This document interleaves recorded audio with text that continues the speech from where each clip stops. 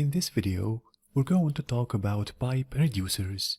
Let's have a closer look. Actually, when you want to reduce the diameter of a straight run of pipe, a reducing fitting must be used. The reducer is available in two styles: concentric, as seen here, so having a common center line, or eccentric, having offset center lines.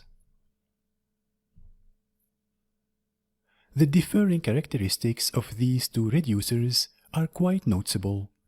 The concentric reducer maintains the same center line through both the large and small ends of the fitting. Conversely, the eccentric reducer has offset center lines that will create a flat surface on either the top or the bottom of the fitting, depending on how the fitting is rolled prior to welding. Now, what I want you to keep in mind here is that there are specific situations where the eccentric reducer must be installed with its flat side on the top or the flat side on the bottom of the fitting. To better illustrate this concept, take a look at the following example. The pipe that you can see here includes one eccentric reducer, highlighted here in green, and one concentric reducer, highlighted in blue. The pipe is routed through a pipe rack. It naturally rests on the steel beams and is supported throughout its length. But at a certain point following the concentric reducer, the pipe changes its pipe size while in the pipe rack. It does not rest on all steel supports anymore. The small end doesn't have a diameter large enough to touch the steel supports.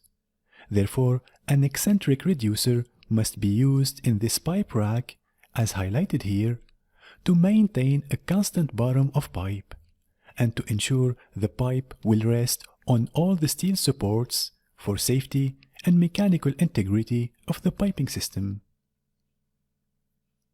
Okay, now when representing the reducer on a drawing, it is necessary to include a note that identifies the reducer's size and type, as seen here, as well as its orientation. In this example, the reducer is to be installed with its flat side on the bottom. Therefore, the abbreviation FOB in the note instructs the fabricator how to install the reducer. FOB for flat on bottom, as opposed to FOT for flat on top. Eccentric reducers are also used on pump suction nozzles, as in this example, to keep entrained air from entering the pump. By keeping a flat on top surface, vapor pockets can be eliminated. The figure that you can see here depicts the installation of an eccentric reducer installed on a pump suction nozzle with the flat surface installed on the top, therefore FOT. Now, an important aspect that needs your attention.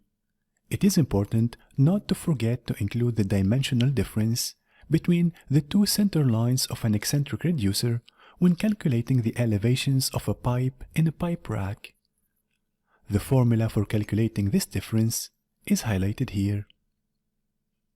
A quicker but less accurate method is to take 1/2 the difference between the two outside diameters. Okay, let's now shift our attention to drawing symbols for the concentric and eccentric reducer. The orthographic views for the concentric and eccentric reducers are shown in this figure. No matter what the size of the reducer is, it is always drawn as a double line symbol.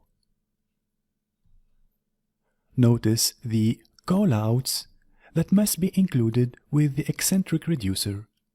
The large end is always listed first, no matter what the direction of flow is, and the flat side must be indicated. Recall, whether FOB for flat on bottom or FOT for flat on top.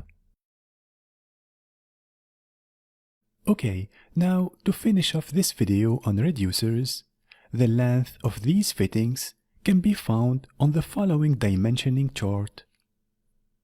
Here, the H dimension will provide the end-to-end length for either the concentric or eccentric reducer as a function of the pipe nominal size.